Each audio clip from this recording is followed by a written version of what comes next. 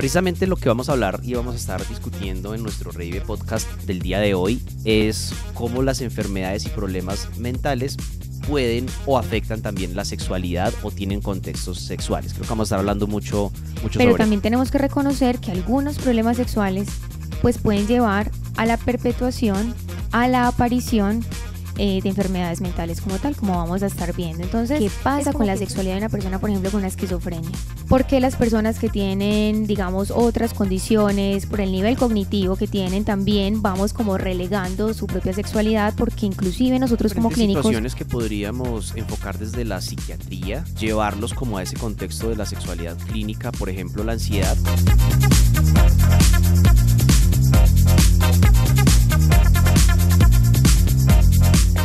Bienvenidos de nuevo a un episodio de Revive Podcast. El día de hoy tenemos una invitada muy especial para nosotros. Ya hemos venido trabajando en diferentes episodios y bueno, ahora tenemos algunos proyectos en mente. Está con nosotros la doctora Andrea Delgado, médica y además de eso especialista en sexología clínica. Doctora Andrea, gracias por estar de nuevo con nosotros en un episodio de Revive Podcast. Muchas gracias por la invitación. Bueno, pues por acá ya con un tema que viene fluyendo como en un hilo conductor. Qué rico saludarlos a todos y a todas y sí, pues contarles que hay otros 2 episodios en los que dimos una claridad importante para llegar al tema de hoy. Sí, precisamente lo que vamos a hablar y vamos a estar discutiendo en nuestro Revive Podcast del día de hoy es un tema que va muy de la mano de la sexología, que son los problemas psiquiátricos o enfermedades mentales y situaciones que pueden estar tanto asociadas desde los problemas sexuales, pero también desde la otra vía de cómo las enfermedades y problemas mentales pueden o afectan también la sexualidad o tienen contextos sexuales. Creo que vamos a estar hablando mucho sobre ese tema.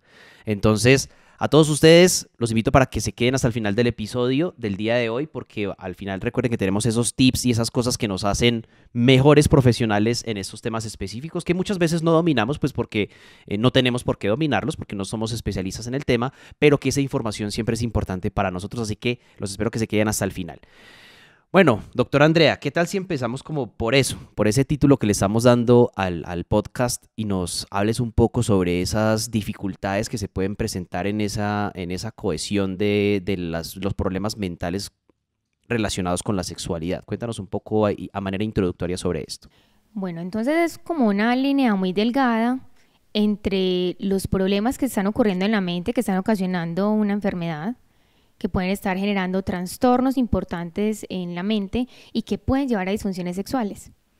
Pero también tenemos que reconocer que algunos problemas sexuales pues pueden llevar a la perpetuación, a la aparición de enfermedades mentales como tal, como vamos a estar viendo. Entonces es como que estos dos se relacionan, por supuesto, estamos hablando del mismo órgano implicado, estamos hablando de los pensamientos, estamos hablando del cerebro y por supuesto que muchas de las personas que han tenido dificultades sexuales lo primero que hacen es ir a consultar con un médico psiquiatra. Sí, y claramente, como nos comentabas en episodios pasados,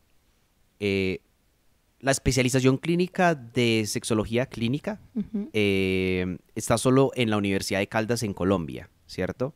Entonces, seguramente en los otros países y en otros lugares, pues el enfoque de esas situaciones pues, que tienen que ver con la sexología clínica las hace psiquiatría y casi que tiene como el origen desde la psiquiatría, ¿no? Sí, digamos que la valoración y el seguimiento lo pueden dar diferentes médicos. En otros países, por ejemplo, donde yo hice una de mis rotaciones, los sexólogos tienen que ver con la especialidad de ginecología, por ejemplo. Inclusive, pues, doctores que son en psicología también. Acá hay algo especial, es porque el foco de nosotros específicamente tiene que ver con todo ese conocimiento orgánico y psicológico que está implicado directamente en la función sexual. Entonces, eso es lo que la hace como muy especial. Ok.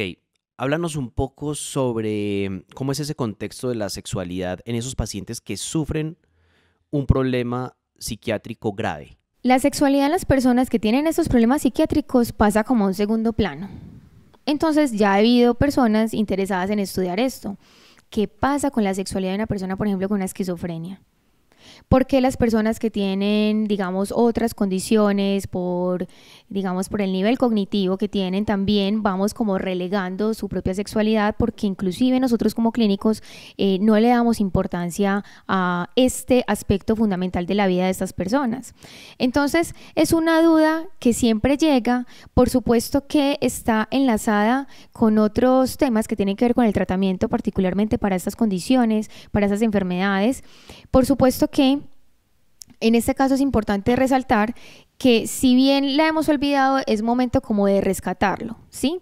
En uno de los episodios previos yo les conté, es muy importante abrir la puerta, que estas personas nos cuenten. A veces no nos cuentan porque no les preguntamos y pensamos, como no me dijo nada, yo no pensé que le estaba ocurriendo. Pero como a veces también vamos como jerarquizando, te vamos diciendo, es más importante tratar la depresión, por ejemplo, que hacerle caso en este momento a un síntoma sexual. Pasa como si no fuera tan importante, porque por supuesto no está comprometiendo la vida, pero también tendríamos que mirar desde otras perspectivas que tanto sí puede estar afectando, que en la cotidianidad, que en la calidad del relacionamiento. Inclusive hay muchas personas que no tienen un contacto social precisamente porque no se sienten bien en su expresión de la sexualidad. Sí, hay diferentes situaciones que podríamos enfocar desde la psiquiatría y llevarlos como a ese contexto de la sexualidad clínica, por ejemplo, la ansiedad, que de hecho lo hablábamos en episodios anteriores. ¿Qué nos podrías complementar como en esa relación de ansiedad-sexualidad? Tenemos que tener en mente que la ansiedad es, digamos, de los principales enemigos de la sexualidad. Eso hay que decirlo y dejarlo muy claro. Por supuesto que si tenemos una persona que en efecto ya tiene ansiedad, que tiene un trastorno establecido dentro de toda la categoría que hay en la ansiedad, pues podremos sospechar que también puede estar comprometida la sexualidad. No en todos los casos.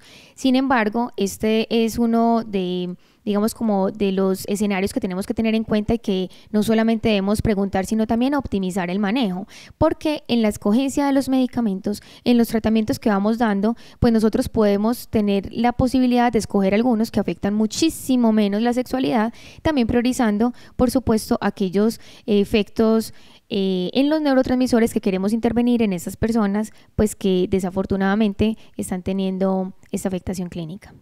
Hay un punto importante en el tema de la psiquiatría, de hecho que actualmente es, yo diría, lo veíamos en un episodio anterior con una de nuestras médicas psiquiatras del equipo de Revive, que nos hablaba que la depresión es una palabra que se está pronunciando más que Coca-Cola. Pues ahorita la depresión es un escenario muy frecuente, se ha hecho más frecuente, ya como que la gente se ha abierto a consultar, a ser diagnosticada, a ser tratada. Digamos que eso es un gran avance en temas de la psiquiatría, pero en esencia la depresión tiene muchos problemas, muchas complicaciones. ¿Y cómo se vive la sexualidad o cómo se enfoca la sexualidad en un paciente que tiene depresión? Porque hay un tema, por ejemplo, en esa crisis depresiva que uno no tiene ganas de nada.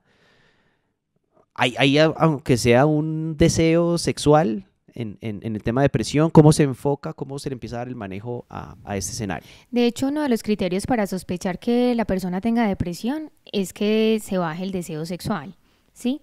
Acá no estaríamos hablando de un problema sexual, sino que es un síntoma de la depresión el hecho del compromiso del deseo sexual, pero que si miramos también está unido como a la falta de disfrute, o que las personas dicen, yo primero tocaba una guitarra y me gustaba mucho, me encantaba leer, pero empiezan entonces como a dejar de disfrutar, y esto por supuesto pues también acá está en el ámbito sexual.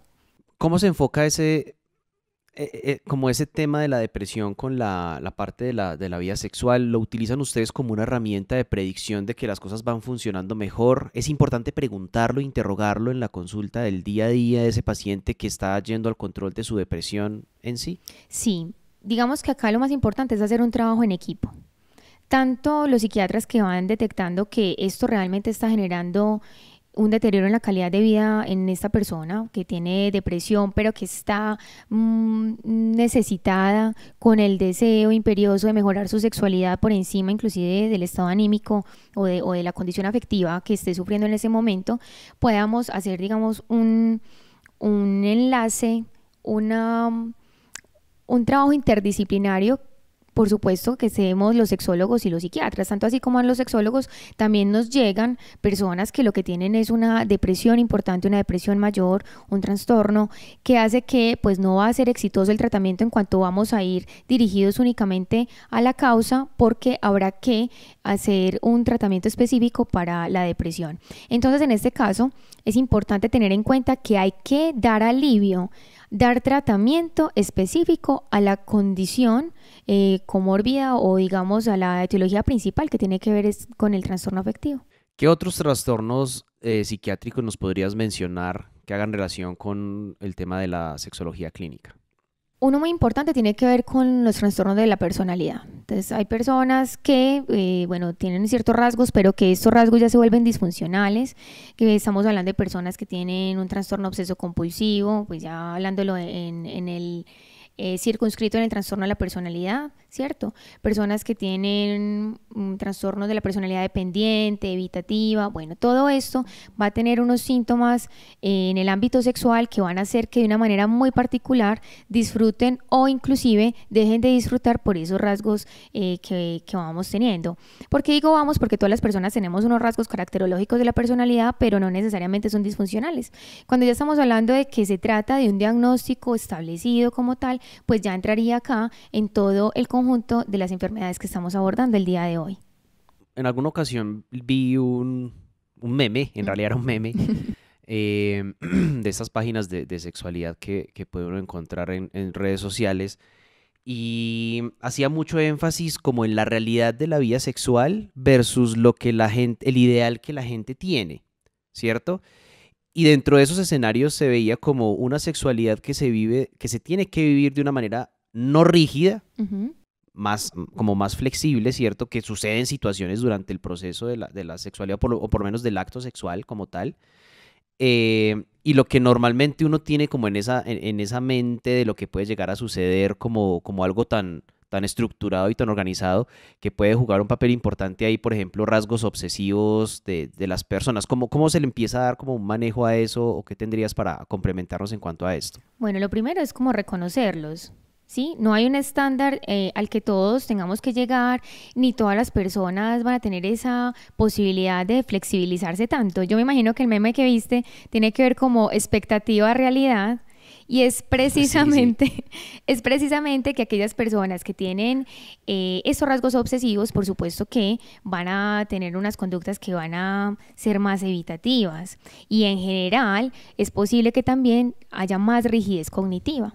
¿Sí? Y en ese caso, siendo algo que ya tiene esta persona que ha integrado y que aparte le va muy bien en otros escenarios con esta rigidez cognitiva, no siempre, pero digamos, estas personas les va muy bien haciendo proyectos, cumpliéndose sus propias metas, son personas que son muy impecables. Sin embargo, en ciertas ocasiones a la hora de disfrutar la sexualidad no sueltan el control con tanta facilidad, lo cual es súper importante, porque a la hora de abandonarnos, como decimos en sexología, como es esa capacidad de soltarnos a ese momento de disfrute, requiere necesariamente que ahora ya no estemos en la torre, ¿cierto? Que no estemos en el cerebro, que no esté allí toda esa interferencia de los pensamientos, sino que directamente esté todos los sentidos incorporados en ese momento de máximo disfrute.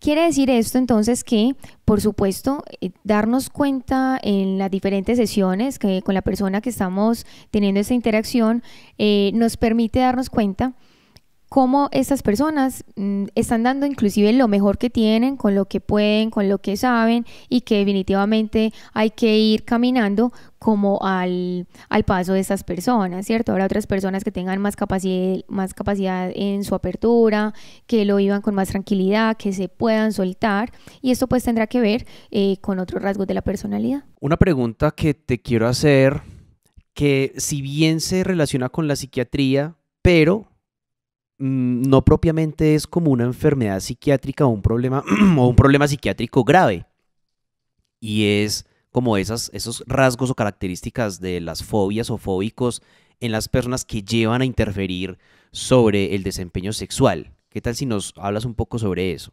es algo frecuente el tema de las fobias. A veces no es tan claro como cuando una persona le tiene fobia, no sé, a las ratas o a las alturas, porque estas, digamos, pueden ser más frecuentes. Sin embargo, en el ámbito sexual hay muchas conductas que las personas pueden ir tomando y ya sabemos que la fobia está circunscrita como en un miedo irracional.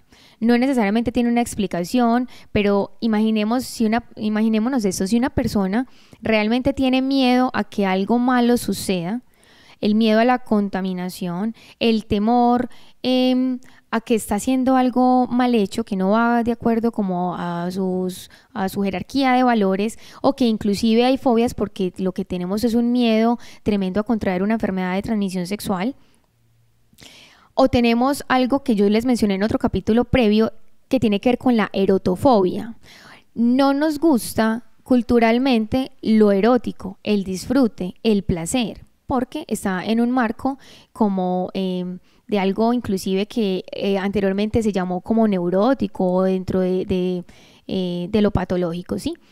Total que el hecho de que hayan estas creencias irracionales puede hacer que las personas pues tengan el deseo sexual como en una ocasión previa también lo hablamos, su sistema esté funcionando bien en términos hormonales. Sin embargo, esto va a interferir de manera importante en que la persona pues mejor haga como que priorice su seguridad por encima del placer.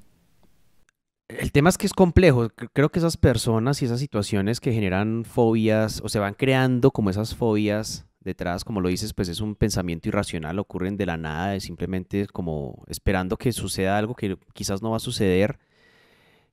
¿Hay algún tipo de terapia para eso? La terapia es cognitivo-conductual, conversación, expresar esos miedos, cómo se trabaja ese escenario, se debe trabajar en pareja en sí, se debe trabajar solo, ¿cuál es la recomendación ahí del enfoque en esa situación? Pues dependiendo de la fobia, ¿sí? En ocasiones va a ser muy importante el trabajo en pareja, por supuesto. Estamos hablando, por ejemplo, el caso de una persona con vaginismo.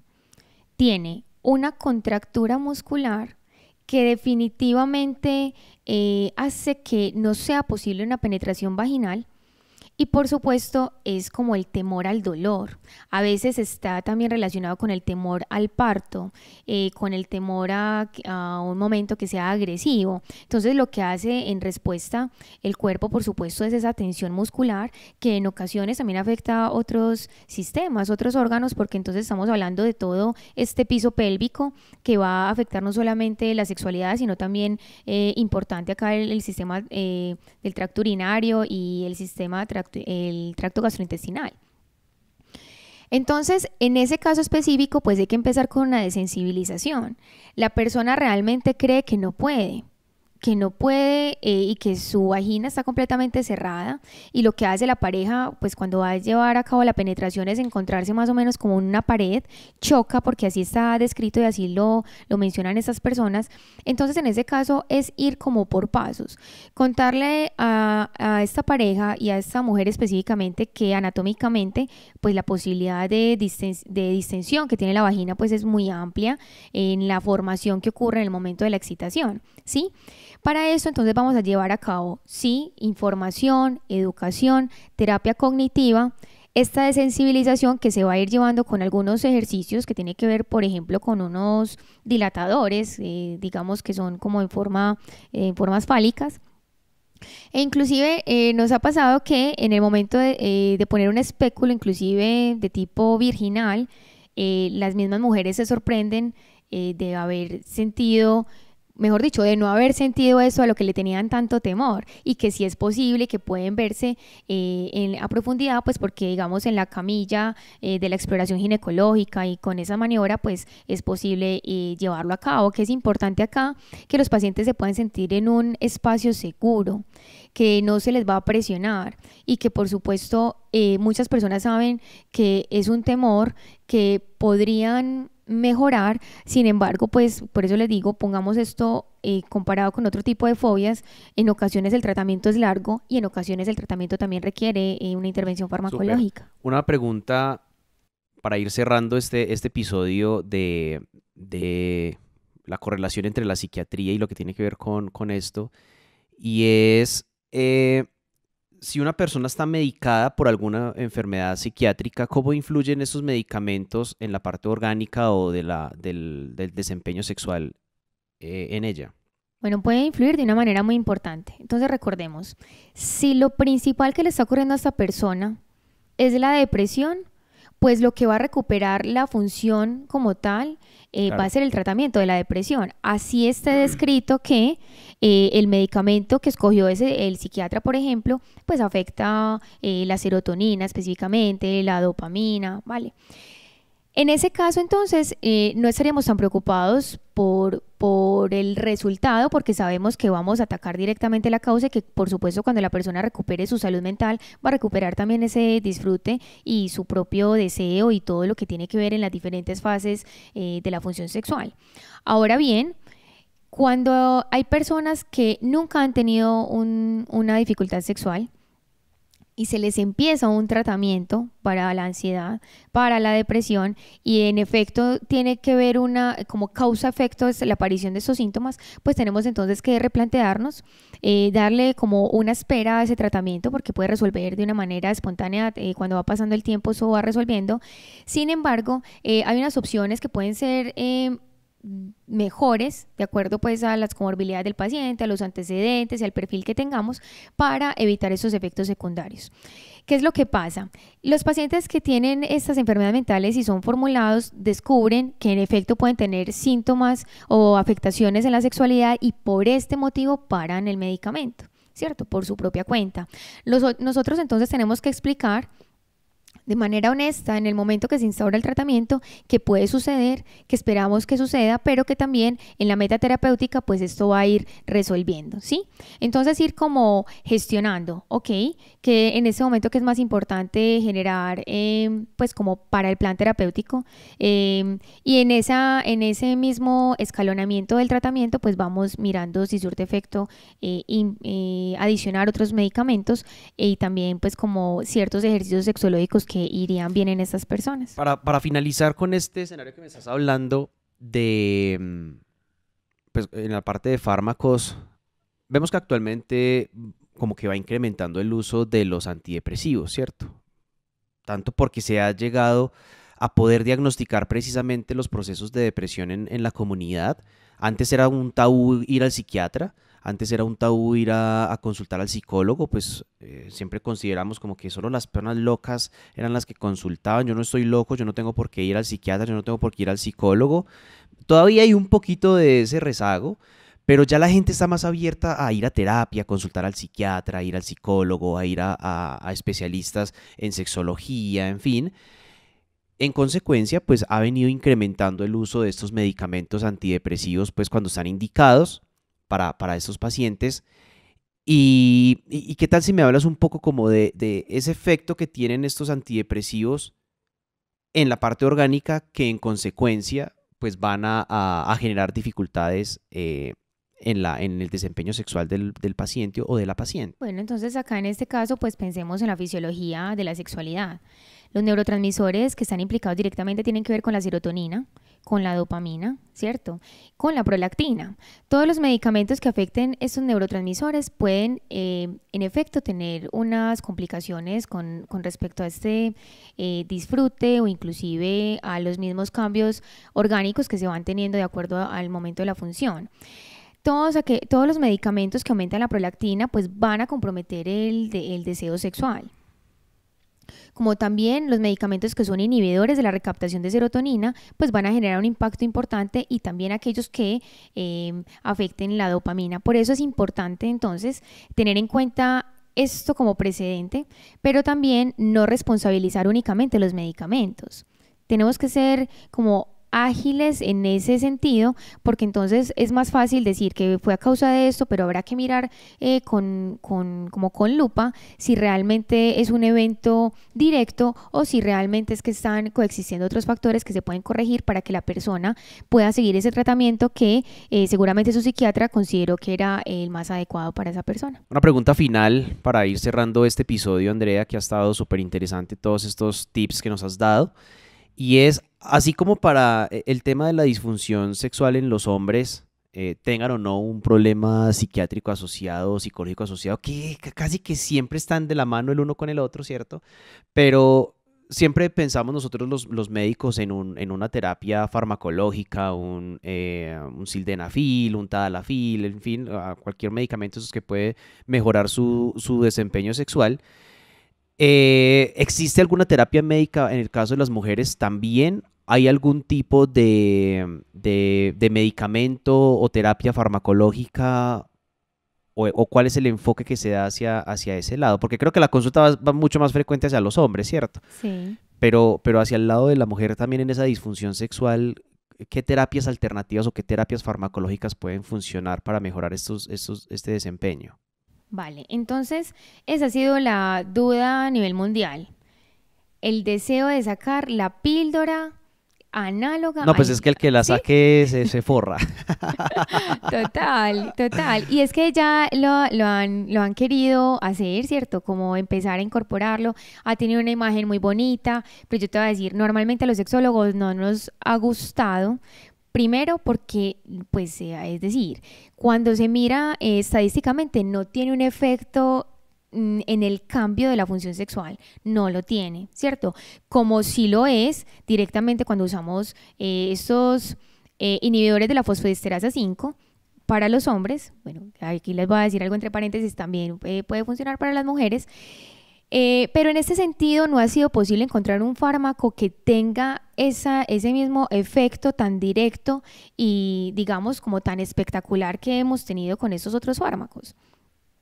Esto cambió inclusive la historia de la farmacología, las disfunciones sexuales a partir de que salen estos medicamentos. Sin embargo, aunque las mujeres procuren por esa toma de medicamentos, inclusive de otros componentes que están formulados en como con otro tipo de medicinas como tal, no tienen evidencia en mejorar el deseo sexual ni tampoco la excitación, porque no es así de mágico como administrar un medicamento directamente y que esto cambie, porque ya miramos entonces que el deseo sexual está constituido no solamente por la Es todo un parte contexto, biológica, claro. sino por toda esta parte histórica y por toda esta parte del consentimiento que es importante en la mujer, eso explícitamente en la mujer.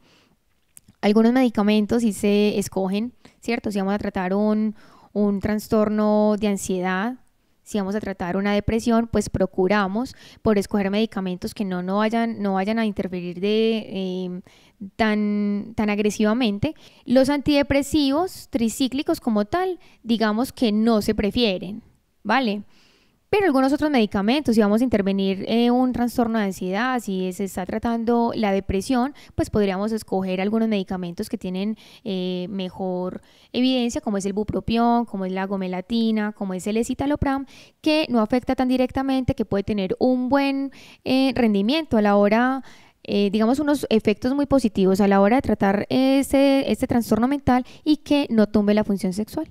Bueno, definitivamente eso que nos dices es súper importante y a tenerlo presente también nosotros como profesionales de la salud de ahora en adelante, pues siempre en nuestras consultas, como lo mencionabas en episodios anteriores también, como ir incluyendo ese interrogatorio y esa importancia de estar interactuando con nuestros pacientes en cuanto a esta esfera tan importante que es la sexualidad.